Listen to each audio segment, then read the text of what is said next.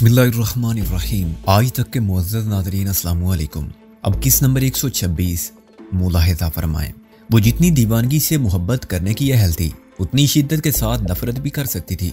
उसका वजूद एक लम्हे के लिए ग्लेशियर था तो दूसरे लम्हे आतिश फिशां। किसी भी कमज़ोर लम्हे की यलगार से मगलूब होकर वो जान दे भी सकती थी और ले भी सकती थी, हुआ उससे अगले लम्हे का हासिल सिर्फ पछतावा ही क्यों ना हो।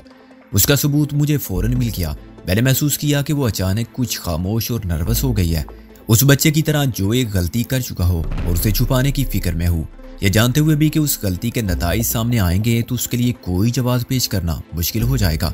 अभी मेरी बात ख़त्म भी नहीं हुई थी कि दरवाजे में इकराम शेख नमूदार हुआ। अगर वो दोस्त बन के आता तो मैं और वो बड़े जोश व खरोश से मिलते, लेकिन वो पुलिस ऑफिसर बन के आया था। मैं उठा ही था कि उसके हाथ में रिवॉल्वर देख कर रुक गया। फिर मैंने अपनी कलाई की घड़ी देखी, उसमें अभी 7:30 ही बजे थे और नाजो ने फोन पर मुझे बताया कि 8 बजने से पहले उसके आने का कोई इम्कान नहीं। मेरी नज़र नाजो की तरफ गई। उसका मुजरिम चेहरा खिफ़त से जर्द हो गया और उसमें इतनी हिम्मत भी ना थी कि किसी से नज़र मिला सके, अपने भाई से भी नहीं जिसे उसने फर्ज शनासी के एक मुजाहरे का मौका फराहम किया था और खुद अपने कानून पसंद होने का सबूत देकर साबित कर दिया था कि वो किस भाई की बहन है। आओ शेख जी, मैंने हाथ उठा के बेतकल्फी से कहा, जिसमें तंज़-तमीज़ तलखी नुमाया थी। बड़े वक्त पर पहुंचे। एक मफरूर कातिल और मुजरिम दीदा दलेरी का मुजाहरा करते हुए तुम्हारे घर में बैठा चाय पी रहा है। तुम मेरे मेहमान हो, पुराने दोस्त हो। शेख आहिस्ता आहिस्ता आगे आया। मैं तुम्हारी इज्जत करता हूँ सिकंदर और तुम्हारा एहसानमंद भी हूँ कि तुमने मेरी कई बार मदद की, लेकिन अपनी सफाई पेश मत करो। मैंने उसकी बात काट दी। मैं जानता हूँ तुम और अंकल रिजवी एक ही मट्टी के बने हुए हो। कानून के मामले में तुम किसी को रियायत दे नहीं सकते। मेरी जगह तुम्हारा सगा भाई होता तब भी तुम अपना फर्ज अदा करते। अफसोस मुझे नाजो पर है, काश वो भी तुम जैसी होती। मैंने नाजो की तरफ देखा जिसका रंग जर्द पड़ गया था। इसी ने मुझे मुतला किया था कि तुम यहाँ मौजूद हो। शेख ने मतानत से कहा, मुझे मालूम है, लेकिन फर्क इस जज्बे का है जिसके तहत तुम एक मुजरिम को गिरफ्तार करते हो। तुम्हें कोई निदामत तो नहीं होती ना, ख्वाह उसे तुम अपने घर से गिरफ्तार करो और वो तुम्हारे दोस्त ही क्यों ना हो। मैंने कहा, नाजो की सूरत देखो, इसको शर्मिंदगी क्यों है? इसने कोई गलत काम तो नहीं किया, फिर ये पेशमानी क्यों है इसे, जैसे मुजरिम ये खुद हो। मैं जानता हूँ कि तुम्हें तुम्हारी मर्जी के खिलाफ ले जाया गया था। शेख ने रिवॉल्वर का रुख मेरी तरफ रखते हुए एक खाली कुर्सी पर बैठ के कहा, लेकिन मुझे अदालत से तुम्हारी जमानत की मनसूखी के अहकामात मौसूल हो चुके हैं। तुम्हारे अगवा की रिपोर्ट भी तो मैंने ही लिखी थी। अगर मैं अदालती हुक्म की तामील करूँ तो ये मेरी मजबूरी है और तुम्हें मेरी मजबूरी को समझना चाहिए। मैं सिर्फ अपनी मजबूरी को समझता हूँ, ये खुद गर्जी नहीं, मेरी हालात का तकादा है। मैंने फैसला कुन लहजे में कहा, मैं किसी कीमत पर गिरफ्तार नहीं होना चाहता, इसलिए कि मैं जानता हूँ बाद में तुम्हारा कानून मेरी कोई मदद नहीं कर सकेगा। तुम इस मशीनरी के बहुत छोटे से पुर्जे हो जिसे मेरे दुश्मनों के बहुत ताकतवर खात चला रहे हैं। क्या तुम जमानत दे सकती हो कि मेरे साथ इंसाफ होगा और एक बार जेल जाने के बाद मैं जिंदा सलामत बाइज्जत तौर पर बाहर भी आ सकूंगा? तुम क्या कर सकोगे मेरे लिए? मैं जानता हूँ या नहीं जानता, शेख ने आहिस्ते से कहा, कि कल क्या होगा। मुझे तो इस वक्त तुमको हर हाल में गिरफ्तार करना है, जिंदा या मुर्दा। मैंने बैठते हुए कहा, यही है ना बात। फर्ज और दोस्ती का क्या जबरदस्त फिल्मी मरहला है, लेकिन मैं तुमको किसी गलत फहमी में मुब्तला रखना नहीं चाहता। मैंने 12 जान की बाजी लगा के दुश्मनों की कैद से रिहाई हासिल की है। इस वक्त भी मैं हफ्ता भर एक ऐसे कैद खाने में रह के आया हूँ जहाँ से रिहाई की बजाय कोई उम्मीद ना थी, लेकिन मैंने हिम्मत कभी नहीं हारी और उम्मीद का दामन कभी खास से नहीं छोड़ा। मैं आखिरी सांस तक जिद्दोजहद किए बगैर शिकस्त कबूल नहीं कर सकता और इस वक्त भी नहीं करूंगा। मुझे अपनी आज़ादी का तहफ़्फ़ुज़ करना है उस वक्त तक जब तक मेरा काम ख़त्म नहीं होता। उसके बाद मैं खुद को तुम्हारे हवाले कर सकता हूँ, लेकिन मैं उस वक्त का इंतजार नहीं करूंगा। मुझे जो भी करना है वो अभी करना है। शेख ने रिवॉल्वर उठा के कहा, भैया। नाजो ने एक हिस्टेरियाई चीख मारी और अचानक मेरे सामने आ गई। तुम गोली चलाओगे सिकंदर पर? मैंने उसे एक तरफ धकेल दिया। वो बेड पर जा गिरी। मैं इस चैलेंज को कबूल करता हूँ, मैंने कहा। मैं अपनी मर्जी से यहाँ आया था और अपनी मर्जी से ही जाऊंगा। तुम वही कर रहे हो जो तुम्हें करना चाहिए, तो मैं भी वही करूंगा जो मुझे करना चाहिए। तुम दोनों पागल हो गए हो, राबिया ने खौफ ज़दा लहजे में कहा। तुम जानते हो शेख के नाम एक कातिल हूँ, नाम है मफरूर। मैंने कहा, वो नहीं हूँ जो मुझे बना दिया गया है। मेरे कायल होने या ना होने से फर्क नहीं पड़ता सिकंदर। शेख ने बेबसी से कहा, तुम्हें अदालत को कायल करना है। मैं तो इस्तीफा दे चुका था, इसीलिए तुमने मुझे मजबूर किया था कि मैं आजमाइश से ना घबराऊं। अब तुम भी मेरी राह में खाइल हो रहे हो। जब तक ये वर्दी मेरे जिस्म पर है, तुम्हारी बेगुनाही की दलील को अदालती अहकामा से बरतर नहीं समझ सकता।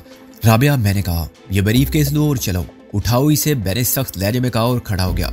राबिया ने बरीफ केस उठा लिया। ये क्या होने वाला है यहाँ? वो चिल्लाई, दादू ये क्या जुल्म किया तूने? तुम जाओ बाहर, मैंने बरहमी से कहा। मैं आ जाऊंगा, देखना है जोर कितना बाजू एक कातिल में है। नाजो दरवाजे की तरफ भागी। अम्मी अब्बू उसने दीवानावार चीखना शुरू कर दिया। मैंने दरवाजे की तरफ एक कदम बढ़ाया। राबिया वहीं बुत बनी खड़ी रही। फिर शेख के वालिद और उसकी मां बद हवासी में हामते कामते अंदर आए और इस मंजिल को देखते ठिठक कर रह गए, जो उनके लिए इंतहाई गैर मुतवक्के था। भैया को समझाएं अब्बू। नाजो ने दाढ़े मार मार कर रोना शुरू कर दिया। ये सिकंदर को गिरफ्तार करना चाहते हैं, सिकंदर जाना चाहता है, कोई ऐसी वैसी बात ना हो जाए। ये टेलीफोन करके मुझे बुलाने से पहले सोचना था। शेख ने सपाट लहजे में कहा, मैं इस वक्त ड्यूटी पर हूँ और मुझे एक मफरूर मुजरिम को गिरफ्तार करना है जिसके वारंट मेरी जेब में है। आप लोग जाएं प्लीज। मैंने कहा, बात सिर्फ मेरे और शेख के दरमियान है, इसे मजीद मुश्किल में ना डालें। मैंने राबिया को हाथ पकड़ के खींचा। चलो राबिया, मैं आखिरी बार वार्निंग दे रहा हूँ सिकंदर, मैं गोली मार दूंगा। शेख ने चिल्ला कर कहा। तू पागल हो गया क्या? शेख की माँ ने चिल्लाते हुए कहा। खून करेगा दोस्त का अपने ही घर में? नहीं अम्मी, गलती मेरी थी तो सजा भी मैं ही भुगतूंगी। नाजो ने फिर दरमियान में आकर कहा। फिर इससे पहले कि मैं कदम आगे बढ़ाता या नाजो को अपने रास्ते से हटाता, वो तेजी से एक पंजे पर घूमी। उसकी दूसरी टांग सीधी ऊपर उठी और शेख के हाथ पर लगी। रिवॉल्वर उसकी गिरफ्त से निकल गया। जोड़ू जानने वाली वो लड़की जिसे मैंने हमेशा स्कूल गर्ल समझा था, बिजली की तरह लहराई और मेरी हिफाजत पर कमर बस्सा हो गई। शेख संभला भी ना था कि उसने गोता मारा। दूसरे इलमे उसने बड़े भाई को उठा के दूर फेंक दिया। जाओ, वो चीख कर बोली, भाग जाओ। मैं राबिया का हाथ थाम के भागा। मुझे यकीन था कि शेख मुझ पर गोली नहीं चला सकेगा, लेकिन मेरा यकीन गलत भी साबित हो सकता था। चंद मिनट में राहदारी अबूर करके हम कार में बैठ चुके थे। राबिया बहुत ज्यादा नर्वस थी, चुनाचे स्टीयरिंग मैंने संभाल लिया। चाबी लगाते इंजन गरजा और गाड़ी तेजी से आगे बढ़ी। शायद इतनी देर में अंदर शेख ने अदाए फर्ज से रोकने वाली बहन को काबू कर लिया था। फायर की आवाज उस वक्त आई जब गाड़ी गेट से निकल चुकी थी। शेख ने अपना रिवॉल्वर फिर हासिल कर लिया था, लेकिन वो वक्त गुजर चुका था जब दोस्त के हाथों दोस्त का खून हो जाता। अब मुजरिम नादो हो गई थी, जिसने एक पुलिस ऑफिसर पर हमला किया था। वो हमारे पीछे आएगा, मैंने कहा। अपना स्कूटर लेकर, मेरी समझ में तो कुछ नहीं आ रहा है, राबिया ने कहा। अब तुम क्या करोगे सिकंदर? अभी मैं कुछ नहीं बता सकता, मैंने कहा, लेकिन हालात पहले से ज्यादा सख्त हो गए हैं। मैं अकेला रह गया हूँ और सारे सहारों से महरूम हो गया हूँ। मैंने उसकी तरफ देखा तो वो रो रही थी। ऐसा मत कहो सिकंदर, मुझे तो अपने साथ रखो, वो गुलूगेर लहजे में बोली। ये सोचो कि मैं कहाँ जाऊंगी, तुम अभी तो घर जाओ। मैंने उसके हाथ पर थपकी दी। तुम तो हर वक्त हर जगह मेरे साथ हो, दिलो जान से भी करीब तर। तुम्हारा तसव्वुर उस वक्त भी मेरा सबसे बड़ा सहारा था, जब खुदा के सिवा किसी की मदद मेरे काम नहीं आ सकती थी। आज अगर मुझे एतमाद है तो सिर्फ तुम पर और मोहसिन पर। अंकल रिजवी, शेख, अंकल शेरवानी मेरे लिए कुछ नहीं कर सकते। मैं उनके घर में कदम नहीं रख सकता। फिर इस वक्त तुम कहाँ जाओगे? राबिया ने कहा। किसी होटल में नहीं, कम से कम अभी 2-4 दिन नहीं, मैंने कहा। ये दोनों फर्जशनास पुलिस मैन बहुत ज़हीन भी हैं, शेख और अंकल रिजवी। ये सबसे पहले होटल देखेंगे। मेरा ख्याल है अब तक इकराम शेख ने फोन करके एसपी साहब को सब बता दिया होगा। उसने तो अगर नाजो को भी गिरफ्तार कर लिया हो तो मुझे ताज्जुब नहीं होगा। उसने मुजरिम को फरार होने में मदद दी। उसके वालिदैन भी तो हैं, वो इसकी इजाजत नहीं देंगे, राबिया ने कहा। तुम बड़े शेख साहब को नहीं जानती, मैंने कहा। मैं उनसे मिल चुका हूँ। ये उन्हीं की तरबियत थी जिसने इकराम शेख को इतना कड़ा असूल परस्त बना दिया। उन्होंने ही शेख को सिखाया कि फर्ज की अदायगी और राय हक में जान चली जाए तो ये घाटे का सौदा नहीं है। गेट से कुछ फासले पर मैंने गाड़ी को अचानक रोक लिया और नीचे उतर गया। हम इस वक्त तक तकरीबन 7 मील का फासला तय कर चुके थे। जानते बूझते मैंने गाड़ी का रुख रिजवी साहब के घर की तरफ रखा था, क्योंकि उधर इकराम शेख के आने का इम्कान कम था। वह यही समझेगा कि अब मैं घर कैसे जा सकता हूँ। अगर वो ताकुब में रवाना हुआ होगा तो मुखालिफ समत में। उसका स्कूटर किसी तरह भी फॉक्स वैगन से तेज नहीं भाग सकता था। चुनाचे ये भी हो सकता था कि उसने ताकुब किया ही ना हो। तुम अब जाओ, मैं तुमसे सुबह राब्ता कायम करूंगा, मैंने कहा। सुबह 7 बजे, शब्बा खैर। और उसे जवाब का मौका दिए बगैर चल पड़ा। 1 मिनट बाद राबिया गाड़ी लेकर आगे बढ़ी। मैं रुक गया और उस वक्त तक देखता रहा जब तक उसकी टेल लाइट नजर आती रही। यह वही जगह थी जहाँ से मुझे अगवा किया गया था। वो दीवार अब भी टूटी पड़ी थी जिससे हमारा रास्ता रोकने वाली कार टकराई थी। मैंने उस शगाफ से तारीकी देखी और आगे जाके अंदर झांका। अंदर किसी कोठी का बाग था और तकरीबन 100 गज दूर कोठी की बंद खिड़कियां रोशन थी। इस घर में रहने वालों को यकीनन उस रात का हादसा याद आ गया होगा। शायद उन्होंने राबिया, मोहसिन और अंकल रिजवी के साथ मुझे भी तलाश किया हो। मैंने पलट कर सोचा। उसी वक्त इकराम शेख अपने स्कूटर पर मेरे सामने से गुजर गया। एक बेमकसद हरकत के बायस मैं उसके सामने आने से बच गया था। फोन करने की बजाय वो खुद रिजवी साहब को बताने जा रहा था कि मुल्जिम सिकंदर बख्त किस तरह फरार होने में कामयाब हुआ। वो राबिया को भी मुर्द इल्जाम ठहराएगा कि वकील साहबा, आपको तो कानून का साथ देना चाहिए था। वो क्या कहेगी? ये कि मैं बेबसी सिकंदर जबरदस्ती मुझे अपने साथ ले गया था, या साफ मुकर जाएगी कि मैंने तो सिकंदर को देखा तक नहीं। मैं तो इस केस में अब्दुल वदूद मंदिर से बात करने गई थी। यकीन नहीं तो फोन करके पूछ लो। मंदिर यारों का यार, बेफिक्रा और बेझिझक झूठ बोलने वाला, बिल्कुल वही कहेगा जो राबिया चाहेगी। बेचारा इकराम शेख किस मुश्किल में पड़ गया। अभी रात के 8:30 बजे थे। आइंदा का लाएअमल तय करने के लिए पूरी रात पड़ी थी। पहला मसला पेट की आग बुझाने का था। अचानक मुझे ब्रीफ केस का ख्याल आया जो राबिया की गाड़ी ही में रह गया। उसमें पुलिस इंस्पेक्टर की वर्दी थी, उसका रिवॉल्वर था और पूरे 3000 रुपए थे। अपनी जेब में मैंने सिर्फ 440 रुपए रखे थे और उसमें से भी 100 कम हो चुके थे, लेकिन बाकी रकम एक रात गुजारने के लिए काफी थी। क्या यह मुमकिन है कि पुलिस एक रात में सारे होटल चेक कर ले? मैंने सोचा। जवाब नफी में आया। शहर में सैकड़ों होटल थे, फ्लैट से लेकर गरीब नवाज सराय तक। ये हो सकता था कि वो स्टेशन से बैकलोर रोड तक फैले हुए होटलों के रजिस्टर देखें, मगर होटल तो और भी हैं, अनारकली में और शाह आलमी में, और रजिस्टर देखने से क्या मालूम होता है मैं अपना नाम कुछ भी लिखवा सकता हूँ। मसला मेरे खाली हाथ पहुंचने से पैदा हो सकता है। असबाब साथ हो तो किसी को क़याम के लिए आने वाले पर शक नहीं होता कि मुसाफिर नहीं है, लेकिन जिसके हाथ में ब्रीफ केस तक ना हो उससे शनाख्त का मामला बड़ा मुश्किल हो जाता है। कोई भी सबूत मांगा जा सकता है। बेशक मैंने सूट पहन रखा था, मैं सूरत से शरीफ आदमी लगता था और गुफ्तगू से भी और असबाब ना होने की वजह माकूल भी बता सकता था। होटल वाले आदमी को सूरत से पहचान लेते हैं और उन्हें एडवांस मिल जाए तो उनके लिए अदम इत्मीनान की कोई वजह नहीं रहती। रहने को मंदिर का घर भी था, मगर मैं नए सिरे से उसको सारी आप बीती सुनाने के मूड में नहीं था। उस्ताद टैडी का पता अगर मुझे मालूम होता तो मैं बिला तकल्लुफ और बेखौफ खतर उसके घर जाके सो जाता। मैंने शब बसरी के मसले को इल्तवा में रखा और खाने के लिए बैडन रोड के एक रेस्टोरेंट में जा बैठा। रश का वक्त गुजर चुका था, चुनाचे बहुत कम लोग मेजों पर मौजूद थे। खाना खाते हुए मुझे अचानक ख्याल आया कि कहीं राबिया ने वो ब्रीफ केस खोल के देख लिया तो वो क्या समझेगी? ये कि मैंने किसी सब इंस्पेक्टर को कत्ल करके उसकी वर्दी और रिवॉल्वर हासिल कर लिए। उसे तो मैं सुबह सारी कहानी सुना के मुतमईन कर लूंगा, लेकिन खुदा न खासा अंकल रिजवी ने पूछ लिया कि ये ब्रीफ केस किसका है, या मोहसिन ने अपने ब्रीफ केस को उनके सामने शिनाख्त कर लिया तो राबिया के लिए उनको अपने जवाब से मुतमईन करना मुश्किल हो जाएगा। और रिजवी साहब ने शक रफा करने के लिए हुक्म दिया कि मेरे सामने ब्रीफ केस खोलो तो राबिया मजबूर हो जाएगी। खुद उसे भी मालूम नहीं कि ब्रीफ केस में क्या है। जब अंदर से एक सब इंस्पेक्टर की वर्दी निकलेगी तो सूरत हालात बहुत संगीन हो जाएगी।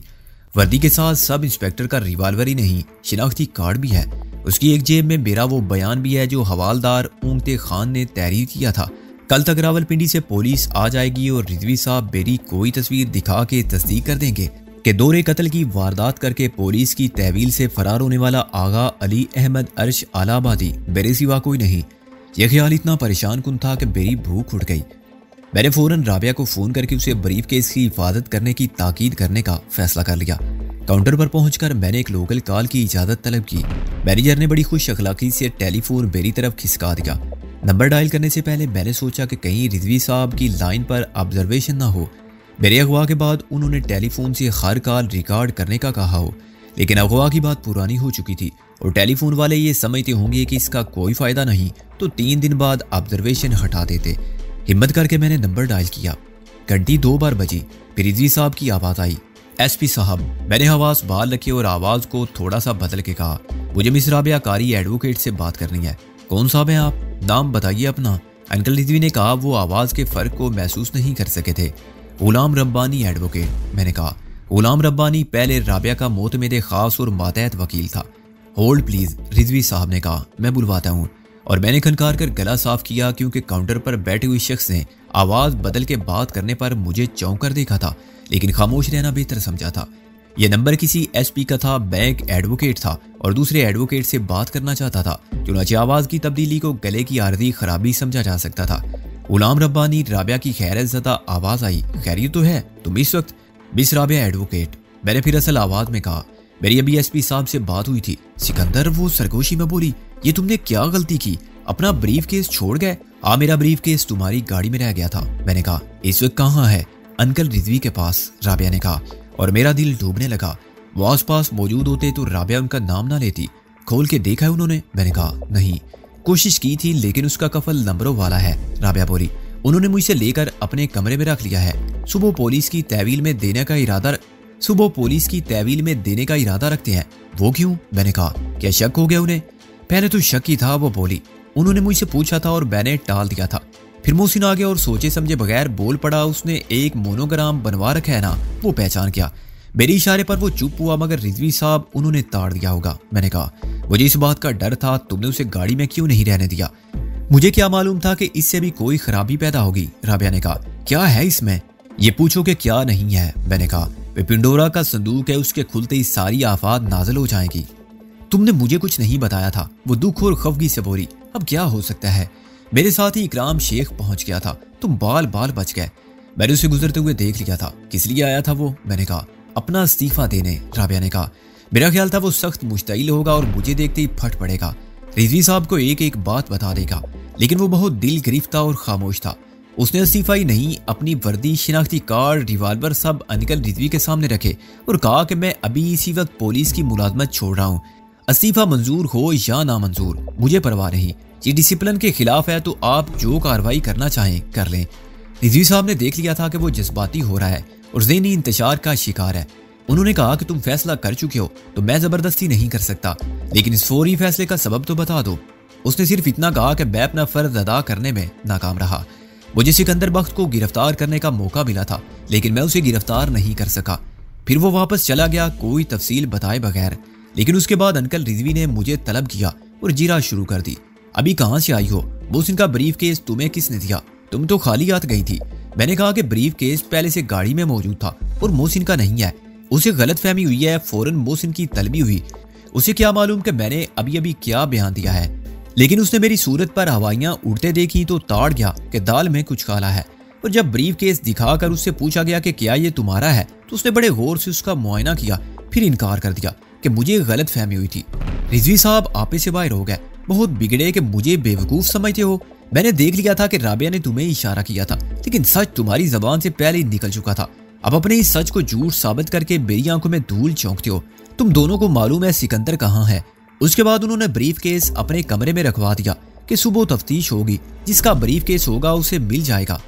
राबिया सुबह होने से पहले वो ब्रीफ केस वहां से गायब कर दो। मैंने कहा, ये कैसे हो सकता है? राबिया ने कहा, शक की जद में बराह रास्त मैं और मोहसिन आ गए हैं। इसके अलावा उनकी ख्वाबगाह में जाना और ब्रीफ केस चुराना नामुमकिन है।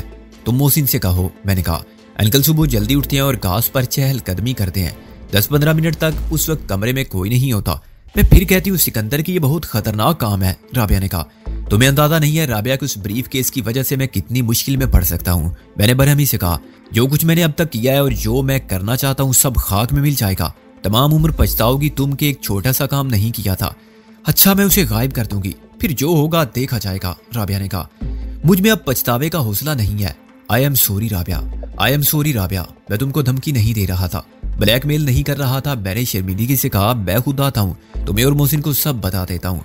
मैंने रिसीवर रख दिया। बिल के अलावा मैंने कॉल के 5 रुपए अदा किए, लेकिन उससे मैनेजर की तशफी नहीं हुई। उसने गुफ्तगू का एक एक लफ्ज सुना था और जो कुछ सुना था वह इंतहाई सनसनीखेज, पुरअसरार और परेशान कुन था। ये क्या सिलसिला है मिस्टर? वो मुझे घूरते हुए बोला। किस एसपी के घर फोन किया था? नंबर बताएं। एसपी आगा अहमद अली अर्श आलाबादी के घर। मैंने बताने से कहा और उसे एक नंबर बता दिया जो किसी जमाने में चिरागदीन के घर का नंबर था। उसने कुछ सोचकर सारी लाया और नंबर लिख लिया और मुझसे कहा कि रिकॉर्ड रखने के लिए ये जरूरी था। मेरा नाम वो पहले ही लिख चुका था। मैं किसी घबराहट का मुजाहरा किए बगैर इत्मीनान से चलता हुआ बाहर आ गया। माल रोड की इक्का दुक्का दुकानें अब भी खुली हुई थी। मैंने राबिया से कह तो दिया था कि मैं आ रहा हूँ, लेकिन ये नहीं बता सकता था कि मैं किस वक्त और किस तरफ से आऊंगा। इतना तो वो खुद भी समझ सकती है कि मैं इस तरह अंदर नहीं जा सकता जैसे पहले जाता था। मैं चुप कर जाऊंगा तो उसी खिड़की के रास्ते अंदर पहुंचूंगा जो राबिया के बेडरूम की खिड़की थी और याते के अंदर बाईं जानिब खुलती थी। मेरे जहन में ख्यालात का ऐसा इंतशार था कि मैं यकसोई के साथ सोच भी नहीं सकता था। मैं थोड़ी दूर ही पैदल गया था कि मुझे सूटकेस और चमड़े के सामान की एक दुकान रोशन नजर आ गई। एक फौरी ख्याल के तहत मैंने थोड़े से खुले हुए शटर से झांक कर देखा। अंदर प्रोपराइटर एक बेस पर बैठा दिन भर की फरोख्त का हिसाब कर रहा था। शटर पर जाके मैंने उसे मुतवज्जो किया। दुकान बंद हो गई है, उसने वहीं से जवाब दिया। मुझे मालूम है, आप जरा 1 मिनट के लिए करीब आके मेरी बात सुन ले, मैंने इंतहाई आजिज़ी से कहा। उसने मेरी सूरत, तुलिये, लहजे सब पर गौर किया और फिर कैश को मुकफ्फल करके आया। फरमाइए। बाहिया जनाब, कभी एक रेस्टोरेंट से कोई बेरा ब्रीफ केस ले भागा। मैंने कहा, मैं खाना खा रहा था, मुझे रात की फ्लाइट से कराची जाना है, मुझे एक ब्रीफ केस की अशद जरूरत है। पैसों तो गया सो गया, उसके साथ कागजात भी गए। गनीमत है टिकट घर पर था। उसने शटर ऊपर उठा दिया। देख लीजिए आपको कौन सा पसंद है। लेकिन जरा जल्दी। उसने एक शेल्फ में लगे हुए ब्रीफ केसों की तरफ इशारा किया। मैंने जारी लाया और सब पर नजर डालता गया। नंबर लाख वाले ब्रीफ केस बहुत थे, मगर किसी का साइज मुख्तलिफ था। कोई ज्यादा मोटा, कोई बहुत पतला। फिर मुझे एक ब्रीफ केस वैसा ही नजर आ गया। उस पर मसनूई मगरमच्छ की खाल जैसा कवर था, फर्क रंग का था। मोहसिन का ब्रीफ केस स्याही बाइल ब्राउन था, ये डार्क ब्राउन, लेकिन इतना फर्क चल सकता था। दुकानदार ने इसकी कीमत 300 बताई और 250 कबूल कर ली। मैंने उसका शुक्रिया अदा किया और दुकान से बाहर आ गया। मोहसिन और राबिया का काम अब कुछ आसान हो गया था। चुराने की बजाय अब ब्रीफ केस बदला जा सकता था। सुबह अगर रिजवी साहब को रंग के फर्क का एहसास भी हुआ तो वो समझेंगे कि रात को बल्ब की रोशनी में और सुबह सूरज की रोशनी में देखने से उनको रंग कुछ हल्का लग रहा है। मोनोग्राम का कोई मसला नहीं था, वो एक स्टिकर था और मोहसिन उसे किसी दुश्वारी के बगैर उखाड़ के नए ब्रीफ केस पर लगा सकता था। सबसे नुमाया पुराने और नए का फर्क था। मोहसिन को यह समझाना पड़ेगा कि बदलने से पहले वो नए को पुराना बना दे, मट्टी धूल में रगड़ के और कवर को मैला करके। अब मैं जल्द से जल्द अंकल रिजवी के घर पहुंचना चाहता था, लेकिन घड़ी में 10 बजे थे। रिजवी साहब का 11 बजे तक जागते रहना भी मुमकिन था। वो पहले भी मसरूफ थे और अब मुझे खुद राबिया ने बता दिया था कि उनका नर्वस ब्रेक डाउन हो रहा है और आज के वाकयात का उनके ज़हन पर असर होना लाजमी है। सोचना मुझे ये भी था कि इस ब्रीफ केस में क्या भरूं। फिर मैंने इस मसले को मोहसिन और राबिया पर छोड़ दिया। वो खुद बाइमी मशवरे से सब ठीक कर लेंगे। अंकल रिजवी के ज़हन से शक को मिटाना तो उनके लिए मुमकिन ना होगा, लेकिन वक्ती तौर पर राबिया की पोजीशन महफूज हो जाएगी। मुझे अफसोस था कि मेरी वजह से शेख को मुस्ताफी होना पड़ा और पुलिस मुस्तकबिल के एक दयानतदार फर्ज को जानकर समझने वाले ज़हीन पुलिस ऑफिसर से महरूम हो गई। उसके अपने घर की फजा मकतर हो गई। न जाने उसके बाद क्या होगा। नाजो छोटी बहन थी, बड़ा भाई पुलिस ऑफिसर था जो उससे शिकस्त खा गया था। शेख दिल में बैर रखने वाला आदमी नहीं था, मगर नाजो की सरकत का वो क्या मतलब निकालेगा। खुद नाजो के वालदैन की नज़र में मेरी पोजीशन गिर गई थी और अब मेरे लिए उस घर में कदम रखना भी महाल था। हालांकि अब शेख से डरने की कोई वजह ना रही थी।